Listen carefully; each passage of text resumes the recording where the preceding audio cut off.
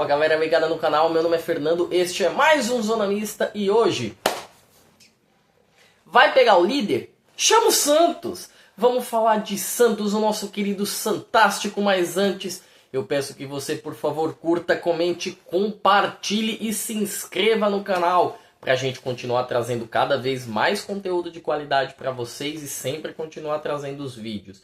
Esse domingo, galera, acabei não gravando porque era dia dos pais, né? Acabei dando uma importância para outros compromissos, não consegui conciliar com o canal. E no fim de semana, gente, por alguns pequenos motivos que envolviam a minha saúde, eu não consegui trazer para vocês conteúdo. Não significa que hoje mesmo, baleado, eu não consiga trazer para vocês, tá?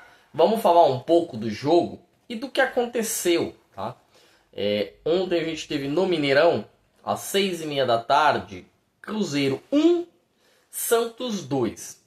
Para quem tinha feito a análise do jogo, do pré-jogo também, né? E quem tinha assim conjecturado, levantado algumas hipóteses, a maioria das hipóteses levantadas apontavam o Cruzeiro como favorito, tá?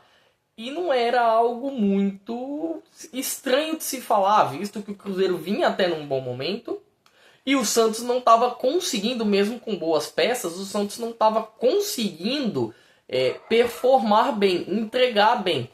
Se você olhasse para algum torcedor, para algum analista e ele falasse, olha, é um jogo igual, é 11 contra 11, o Santos é favorito ou o Santos tem condição de ganhar do Cruzeiro na casa do Cruzeiro, eu mesmo ia falar, olha, cara, eu não vou levar isso em consideração até por conta do histórico, né? O Santos já fazia 14 jogos que ele não conseguia ganhar do Cruzeiro. Então, principalmente lá em BH, tá? Já tinham 14 jogos.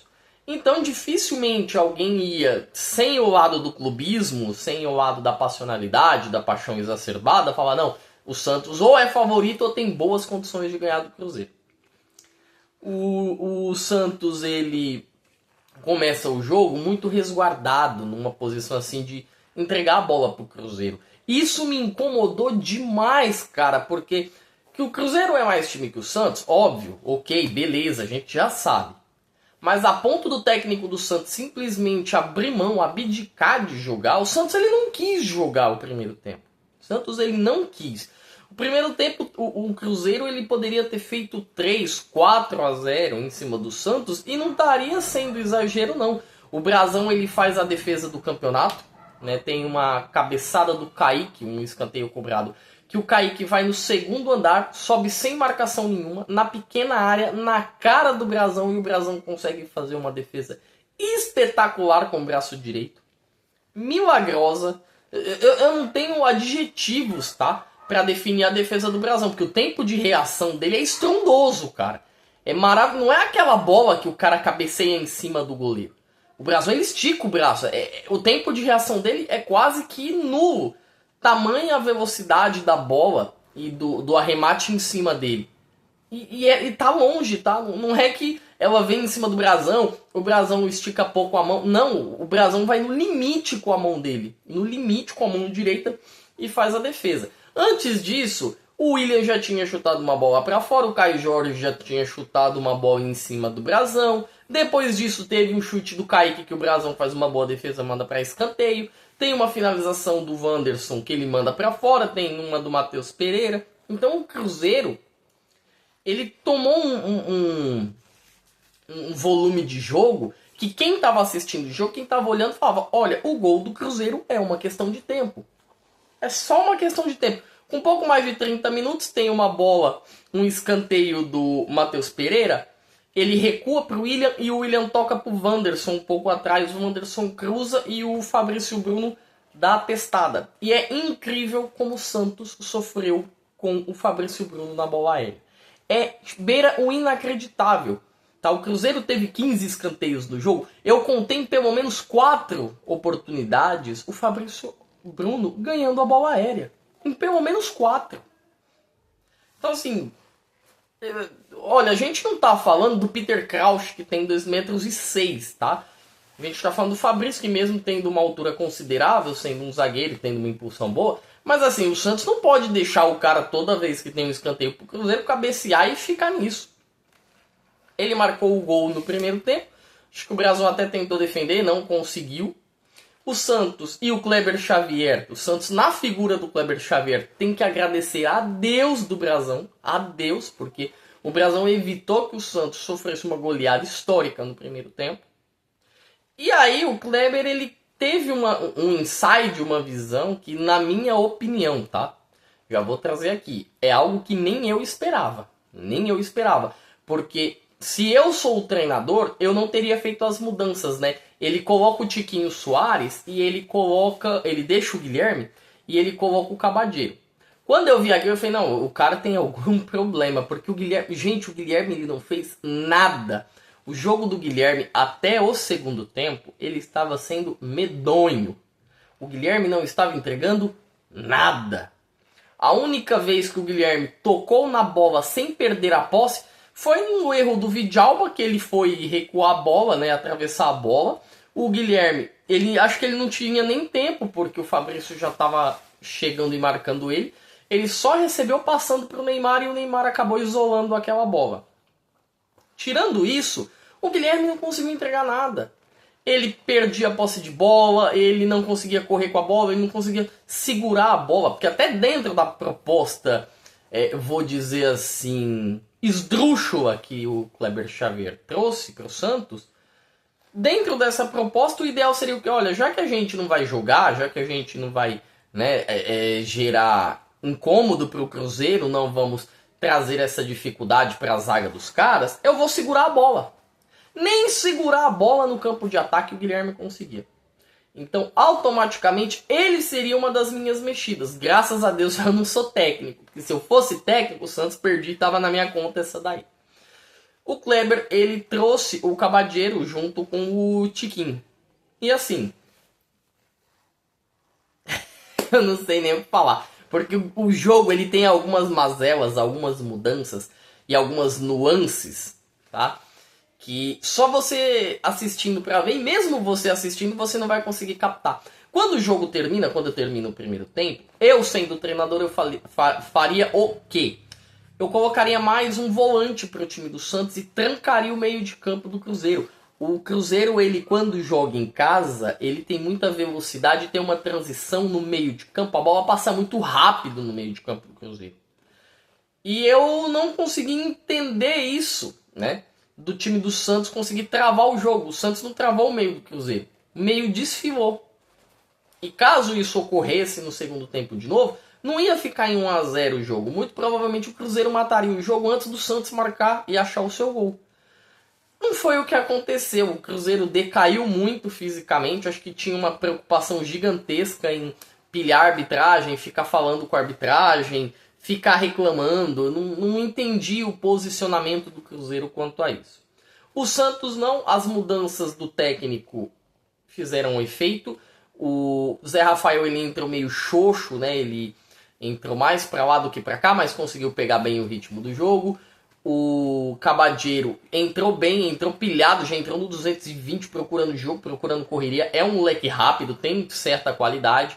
Tem que entrar aos poucos para conseguir jogar e entregar. É um bom escape quando o Santos precisa de velocidade. E até o Tiquinho, que não ia muito bem, né? Ele conseguiu segurar mais a bola ali na frente quando se precisou dele. O Santos, ele começou a ir bem, ele começou a trabalhar o jogo. Ele começou a pôr a bola no chão, a dominar as ações ofensivas e dar trabalho pro Cruzeiro. Não é que o Santos chutou várias vezes ao gol, tanto que o Santos chuta 2 bolas no gol somente, são os 2 gols. Mas o Santos, ele conseguiu trabalhar, pôr a bola no chão, cadenciar o jogo, controlar o ritmo, coisas que ele não conseguia no primeiro tempo. E tem o lance do gol de empate do Santos, né? Que é uma bola que vem da defesa, a bola chega no menino Willy Cabadeiro, ele pega, clareia, traz pro fundo, ele traz pro corredor, né, do lado direito, cruza e encontra o Guilherme. Ali eu já considero uma falha da zaga do Cruzeiro. Todo mundo parou e deixou o Guilherme ali na frente do gol. O Cássio parou, o Vidalba parou, né, o William não acompanhou o Guilherme, o Fabrício também parou no lance e sobrou pro Guilherme sozinho, assim, debaixo do gol. era um gol que o Cruzeiro poderia evitar, acabou que não evitou por conta de uma falha coletiva da sua zaga. O Cruzeiro, um pouco depois, tem o lance do segundo gol. O Zé Rafael, que não entrou tão bem, ele é desarmado pelo Matheus Pereira. A bola chega até o Caio Jorge, que toca pro Christian. O Christian devolve pro Caio Jorge, que fuzila o Brazão, fazendo 2-1. Quando o lance vai no VAR, eu, Fernando, não tinha o entendimento de que aquilo foi falta. Precisei rever o lance pelo menos umas 2 vezes para ver que tem um contato do Matheus Pereira em cima do Zé Rafael. Né? Contato, a panturrilha do Zé Rafael bate na canela, né? Acho que na chuteira na canela ali do Matheus Pereira. O contato é faltoso, não tem do que reclamar, tá? Foi falta. Até entendo o cruzeirense ficar revoltado. Eu já vi alguns companheiros da mídia trazendo a sua opinião, a sua interpretação de que o lance não foi falta. Na minha concepção, na minha interpretação, o lance foi faltoso, houve o contato. Acho que esse contato impede o Zé Rafael de dar prosseguimento à jogada. E muito por isso, se eu sou o árbitro naquele lance, eu marcaria a falta. O time do Santos não tem nada a ver com isso. Conseguiu equalizar as ações, como eu já tinha falado. Colocar a bola no chão, dar trabalho para o Cruzeiro. O Gil, que no primeiro tempo sofreu muito, fez uma partida muito boa. O Souza jogou muito bem, foi um bom avanço ofensivo. Uma boa válvula de escape para o Santos quando avançava no segundo tempo. E no final do jogo, meados de 42, 43, a bola chega na mão do Brazão e ele dá uma reposição que cai no Guilherme. E o Guilherme ele tem assim um momento de Neymar. O Guilherme ele capricha muito no domínio, vai muito bem, a bola dorme no pé dele, literalmente. E ele vê o Neymar um pouco atrás, olha o Tiquinho passando, ele encontra um passe no espaço vazio, né? Ele ataca no facão o espaço vazio a bola pro menino Cabadeiro, que estava chegando para bater, e desloca o Cássio, tira do Cássio, né? O Cássio não pode fazer nada, faz o gol do 2-1. É uma bola primorosa. É sensacional. E aí eu olhei na hora, cara. Falei assim, nossa, meu... eu não manjo porra nenhuma. Eu não manjo nades, como dizia o falecido Moção. É inacreditável como o jogo se remodelou no segundo tempo para algo totalmente diferente do primeiro. O jogo não pedia uma questão de qualitativa e quantitativa no meio de campo do Santos. O segundo tempo veio de uma forma tão diferente que ele pediu velocidade. Ele pediu transição rápida. E quando o Kleber Xavier, que eu costumo bater muito e falar que ele não sabe ler jogo, ele coloca o Cabadeiro e deixa o Guilherme, ele colocou o Cruzeiro em uma posição muito complicada. Porque o Cruzeiro sofreu com as arrancadas dos dois. Não foi só o Guilherme, não foi só o Cabadeiro, os dois se complementaram. E mesmo em lances que o gol não saía, a zaga sofreu um pouquinho com o Santos. Tá? Quanto ao jogo, eu vou deixar aqui um card para vocês terem uma pequena noção. Uma pequena noção. O Cruzeiro ele tem 57% de posse de bola contra 43% do Santos. O Cruzeiro tem 19 chutes, com 4 chutes indo a gol. O Santos tem 9 finalizações, com 2 indo no gol. As 2 totalizaram o gol do Cruzeiro. Chances claras, eu consigo me lembrar de 3 do Santos. Os 2 gols e aquele lance que o Neymar isolou. Se a gente for falar chances claras do Cruzeiro, cara, tem o gol que foi impedido, tem o chute do Caio Jorge, tem um outro chute do Caio Jorge que a zaga tira, que ele meio que dá um totozinho por cima do Brazão. Tem os 2 chutes do Kaique, né? A cabeçada e o chute do Kaique. Então, assim, o Cruzeiro eu consigo contabilizar pelo menos 6 chances claras de gol. Fora os escanteios. O Santos, se eu não me engano, acho que teve 5 ou foi 3. Não me recordo agora. O Cruzeiro teve 15. Então houve uma superioridade numérica muito boa do Cruzeiro. Era de se esperar. O Cruzeiro era favorito pelo que vinha mostrando e pelo que o Santos do Kleber Xavier não mostrava. Mas futebol, meu amigo... futebol é futebol, gente.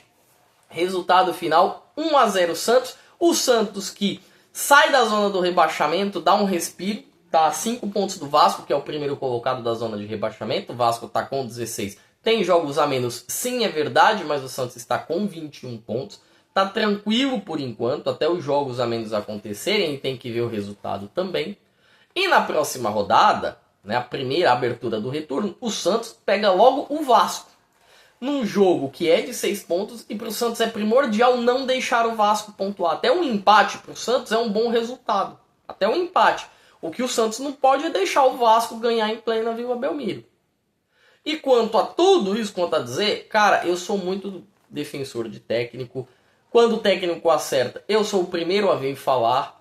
Mas ainda assim eu creio que a ideia do Santos de trocar continua sendo correta. O que eu vejo como erro do Santos na troca do treinador é que o Santos sempre dá o próximo jogo, o próximo jogo. Não tá convicto para trocar? Troca logo.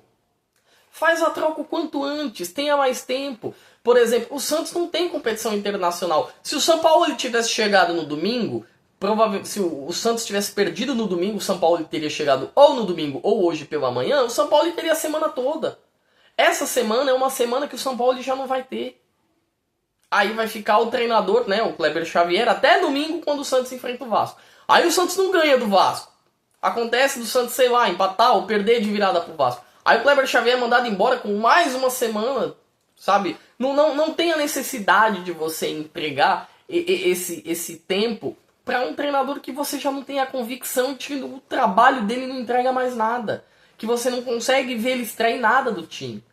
Fora que pelo menos alguns acertos ele teve. Entendeu que o Bom Tempo tem que ser titular desse time, que o Barreal tem que jogar, né? Que ele tem que liberar o Neymar de marcação, de fluidez. Pelo menos esses pontos ele conseguiu entender e aceitar. Quanto ao Cruzeiro, eu tenho algumas pequenas ponderações para a gente poder finalizar o vídeo. Ponderação número 1. Teve o Cássio falando que o Cruzeiro jogou contra 12, o Santos e a arbitragem. Quando ele falou isso, eu imaginei que ele ia falar do lance do segundo gol. Foi, pô, mano, até entendo, é um lance interpretativo por parte da imprensa. Para mim, aquele toque é passível para derrubar o Zé Rafael. Para alguns não foi, ótimo. Aí vai da interpretação de cada um. Mas não foi nem isso que o Cássio foi falar. O Cássio foi falar dos lances do Neymar. Não, porque o Neymar, quem encosta no Neymar é falta. Porque... Gente, se tem o contato, é falta. Eu acho que o Cruzeiro pilhou demais com a questão do árbitro. Muito. Segundo ponto com relação ao Cruzeiro, tá? A questão que time que quer ser campeão não pode perder para time que briga para cair. O Cruzeiro já perdeu pro Ceará, o Cruzeiro empatou com o Vitória, o Cruzeiro perdeu pro Santos. O Cruzeiro não vai ser campeão. E aí eu já vou trazer o terceiro ponto. O torcedor cruzeirense, em sua maioria, é vítima, né, da competência do Cruzeiro. O Cruzeiro é um time bom, o Cruzeiro é um time forte, o Cruzeiro é um time competente, mas não para ser campeão de um campeonato de pontos corridos. Em pontos corridos, hoje, quem manda são os times que têm os maiores investimentos, as melhores folhas salariais, entre aspas, mas os melhores times. Hoje, os melhores times do Brasil são Botafogo, Flamengo e Palmeiras. O Botafogo ficou um pouco abaixo, porque a política do Textor é complicada, né? O Textor trocou... mais da metade do time. John foi embora, Jair foi embora, Basto tá machucado, Igor Jesus foi embora, o próprio Gregory também foi embora. Então assim, já é mais de meio time trocado e com isso acaba decaindo um pouco o ritmo do Botafogo, porque precisa acostumar as novas peças. O Flamengo, gente, você pega o time do Flamengo, é um time europeu no Brasil.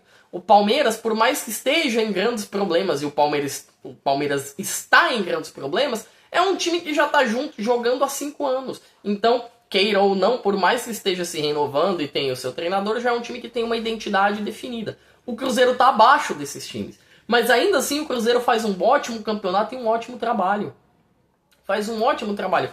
O erro foi o torcedor do Cruzeiro acreditar que o Cruzeiro brigaria para ser campeão. Não, o Cruzeiro vai brigar para ser campeão. Não vejo o Cruzeiro sendo campeão, mas eu vejo o Cruzeiro numa terceira, quarta posição, que já é algo muito bom para um time que há pouco tempo atrás estava brigando para não cair, quiçá da segunda para a terceira divisão. Esses são os pontos que eu deixo para o Cruzeiro. Quanto ao Santos, o ponto é definição para troca de técnico o quanto antes. O quanto antes. Não dá para você ficar refém de uma convicção que nem é sua.